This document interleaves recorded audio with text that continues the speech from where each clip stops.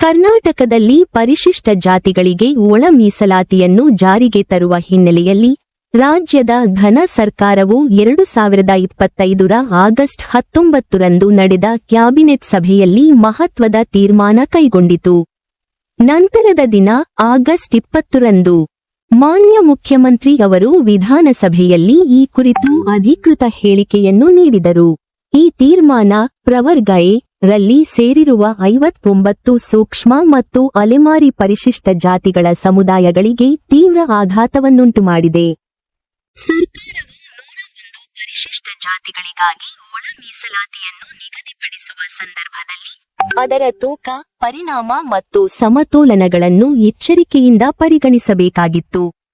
ವಿಶೇಷವಾಗಿ ಅಲೆಮಾರಿ ಸಮುದಾಯಗಳು ತಬ್ಬಲಿಯಂತೆ ಬಾಳಿದ, ಶಕ್ತಿಯಿಲ್ಲದ, ಧ್ವನಿಯಿಲ್ಲದ ಸಮುದಾಯಗಳ ಪ್ರಾತಿನಿಧ್ಯವನ್ನು ಭದ್ರಪಡಿಸುವ ಜವಾಬ್ದಾರಿ ಸರ್ಕಾರದ ಮೇಲಾಗಿತ್ತು.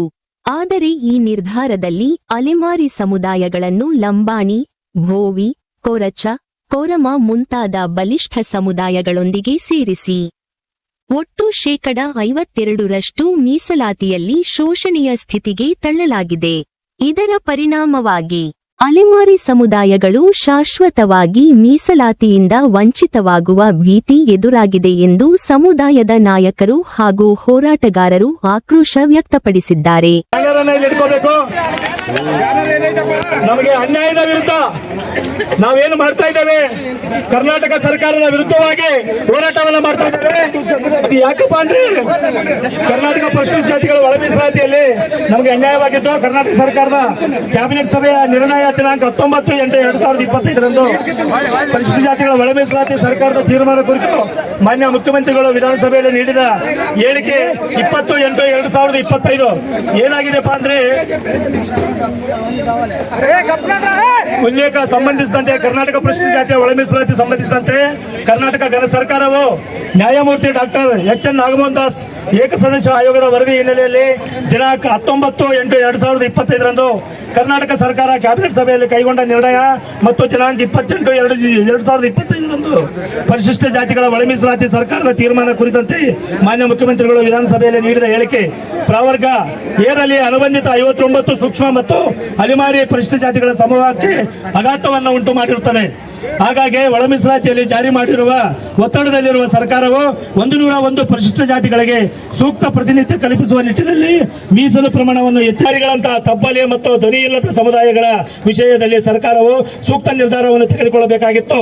ಆದರೆ ಕ್ಯಾಬಿನೆಟ್ ನಿರ್ಣಯವು ಅಲೆಮಾರಿ ಸಮುದಾಯಗಳ ಮರಣ ಶಾಸನವನ್ನ ಬರೆದಿಟ್ಟಿದೆ. ಧಾರವಾಡ ಜಿಲ್ಲಾ ಅಹಿಂದ ಮತ್ತು ಅಲೆಮಾರಿ ಸಮುದಾಯ ಒಕ್ಕೂಟದಿಂದ ಏನು ಮೊನ್ನೆ ಕರ್ನಾಟಕ ಸರ್ಕಾರ ಈ ಅಲೆಮಾರಿ ಸಮುದಾಯಕ್ಕೆ ಕ್ಯಾಬಿನೆಟ್ನಲ್ಲಿ ಮೀಸಲಾತಿ ಸಲುವಾಗಿ ನಮ್ಗೆ ಅನ್ಯಾಯ ಆಗಿದೆ.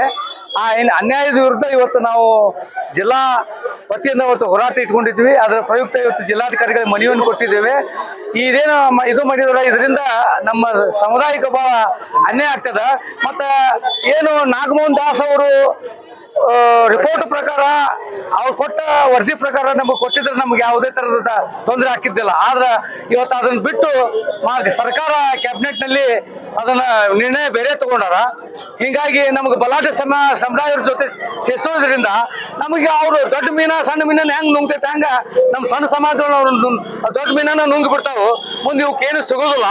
ಅದಕ್ಕೆ ನಮ್ದು ಮತ್ತೆ ಈ ಕ್ಯಾಬಿನೆಟ್ ನಿರ್ಣಯ ಪುನರ್ ಪರಿಶೀಲನೆ ಮಾಡಿ ಅವರಿಗೆ 1% ನಾಗಮೋಹನ್ ದಾಸ್ ಕಮಿಟಿ ಪ್ರಕಾರ ಕೊಡ್ಬೇಕಂತ ತಿಳ್ಕೊಂಡು ನಾವೆಲ್ಲ ಒತ್ತಾಯ ಮಾಡ್ತಾವೆ. ಈ ಸಂದರ್ಭ ಜ್ಞಾನಪ್ಪ ಕಬ್ಬೇರ್ ಅಧಿಕಾರಿಗಳು ಎಲ್ಲ ಸೇರಿ ಒಂದು ಕಡೆ ಈ ಪ್ರತಿಭಟನೆ ಮಾಡ್ಲಿಕ್ಕೆ ಕಾರಣ ಅಂದ್ರೆ ನಮಗೆ ಬರ್ತಕ್ಕಂತ ಮೀಸಲಾತಿ ಒಂದು ಶೀಟ್ ಕೊಡ್ಬೇಕಾಗಿತ್ತು. ಕೊಟ್ಟಿದ್ದು ಅದನ್ನ ತೆಗೆದು ಮತ್ತು ವಾಪಸ್ ಅವರು ಬೇರೆ ಪರಿಚಯ ಕೊರಮ ಮತ್ತು ಲಮಾಣಿ ಇಂಥ ಜಾಗದಲ್ಲಿ ಹಾಕಿ ಅವರು ಏನಂದ್ರೆ ಒಂದು ದೊಡ್ಡ ಹುಲಿ ಬೋನಿನಲ್ಲಿ ನಮ್ಮ ಇಲಿ ಕಳಿಸಿದಂಗೆ ಮಾಡಿ ಇಡೀ ನಮಗೆ ಸರ್ಕಾರದಿಂದ ಸಿಗತಕ್ಕಂತ ಸೌಲಭ್ಯ ಅನೇಕ ವರ್ಷಗಳಿಂದ ಕಾಂಗ್ರೆಸ್ ನಂಬಿಕೊಂಡು ಬಂದವರು ಅಲಿಮಾರಿಗಳು ಬಡವರು ಬಂದು ಬಡವರು ಪಕ್ಷ ಅಂತೇಳಿ ಅನೇಕ ಮಂದಿ ನಮ್ಮ ಸಮಾಜ ಯಾವಾಗಲೇ ಓಟ್ ಹಾಕೊಂತ ಬಂದಂತ ಜನರನ್ನ ಅವ್ರನ್ನ ಬೀದಿ ಪಾಲು ಮಾಡಿಬಿಟ್ಟು ಮೊದಲೇ ಬೀದಿ ಪಾಲು ಒಳಗಿದ್ವಿ, ಈಗಲೂ ಬೀದಿ ಪಾಲು ಮಾಡಿಬಿಟ್ರ. ಆದ್ರೆ ನಮಗೆ ಮುಖ್ಯವಾಗಿ ನಮ್ಮ ಸಿದ್ದರಾಮಯ್ಯನವರು ಅವರು ಮನಸ್ಸು ಮಾಡಿದ್ರೆ ಆಗ್ತಿತ್ತು. ಆದ್ರೆ ಅವರು ಈ ಅಲಿಮಾರಿದಲ್ಲಿದ್ದಂತ ಜನಾಂಗ ಅಲಿಮಾರಿನೇ ಆಗಿ ಹೋಗ್ಬೇಕಂತೇಳಿ ಇವತ್ತು ಅದನ್ನ ನಮ್ಮ ಕಡೆಯಕ್ಕೆ ಹಾಕಿ ನೋಡು. ನಮ್ಮ ಸಮಾಜ ಇಷ್ಟೇ ಅಲ್ಲ, ನಮ್ಮ ದಲಿತ ಸಮಾಜದವರು ಅವರು ಎಷ್ಟೋ ವರ್ಷಗಳನ್ನು 35 ವರ್ಷ ಹೋರಾಟ ಮಾಡಿ ಆ ಸಮುದಾಯದಿಂದ ಅವರು ಹೊರಗೆ ಬರಬೇಕು ಅಂತೇಳಿ ಪ್ರಯತ್ನ ಮಾಡಿ ಅವರು ಮೀಸಲಾತಿ ಒಳ ಮೀಸಲಾತಿಗೆ ಹೋರಾಟ ಮಾಡಿದ್ರು.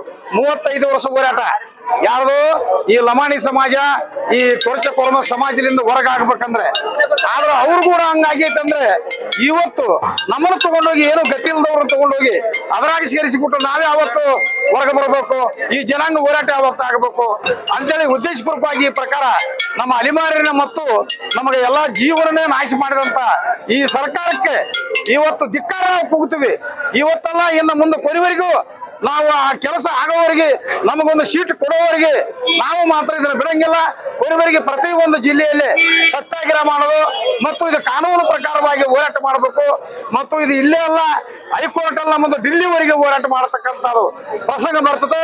ಮತ್ತು ಇದಕ್ಕೆ ಬೇಡಪ್ಪ ಅಂದ್ರೆ ನಮ್ಮ ಸಮಾಜಕ್ಕೆಲ್ಲ ಇಸಾ ಕೊಟ್ಟು ಕೊಂದು ಬಿಡ್ರಿ, ಮುಗೀತು, ಜೈರಾಮ್ ಅಂತೇಳಿ ನಮ್ಮ ಜಾಗದಾಗ ನಾವು ಇದ್ದು ಬಿಡ್ತೀವಿ. ಸತ್ರ ಸಾಯ್ತೀವಿ, ಹೋದ್ರೆ ಹೋಗ್ತೀವಿ. ಯಾಕಂದ್ರೆ ಜೀವಂತಿದ್ದು ಸತ್ತಂಗ ಆಕೈತಿ. ಈಗ ಹಂಗ ನಮಗೆ ಸಮಾಜಕ್ಕೆ ಬರೀ ಭಿಕ್ಷಾಟನೆ ಒಂದು ಗುರಿ ಅಂತೇಳಿ ನಮ್ಮ ಭಿಕ್ಷಾಟನೆಗೆ ನಮಗೆ ಸೇರಿಸಿಬಿಟ್ಟವರು. ಆ ಭಿಕ್ಷಾಟನೆ ಬೇಡ, ನಾವು ಎಲ್ಲರಂಗ ಬದುಕಬೇಕು, ಎಲ್ಲರಂಗ ಇರಬೇಕು ಅಂತೇಳಿ ನಮ್ಮದು ಒಂದು ಹೋರಾಟ ಇತ್ತು. ಈ ಹೋರಾಟನ ಅನ್ಯಾಯ ಮಾಡಿ ನಮಗೆ ಈ ಹೋರಾಟದಲ್ಲಿ ನಮಗೆ ಪೂರ್ತಿ ನಮ್ಮ ತುಳಿದು ಬಿಟ್ಟಾರ. ಅದಕ್ಕೆ ನಾವು ಇವತ್ತು ಸಿದ್ದರಾಮಯ್ಯ ಸರ್ಕಾರಕ್ಕೆ ಧಿಕ್ಕಾರ ಕೂಗ್ತೀವಿ. ಇವತ್ತು ನಾವು ಧಿಕ್ಕಾರ ಕೂಗಿ ಇದನ್ನ ನಮ್ಮ ಸಮಾಜಕ್ಕೆ ನಮ್ಗೆ ಮೀಸಲಾತಿ ಕೊಡೋವರೆಗೆ ನಾವು ಬಿಡಂಗಿಲ್ಲ ಅಂತೇಳಿ ಈಗ ಏನೋ ಒಂದೆರಡು ಮಾತು ಹೇಳಬೇಕು ಅವಕಾಶ ಕೊಟ್ಟಿದ್ದಕ್ಕೆ. ನನ್ನ ಹೆಸರು ಲಕ್ಷ್ಮಣ ಕರಿಯವರು, ಅಖಿಲ ಕರ್ನಾಟಕ ಉಪಾಧ್ಯಕ್ಷರು.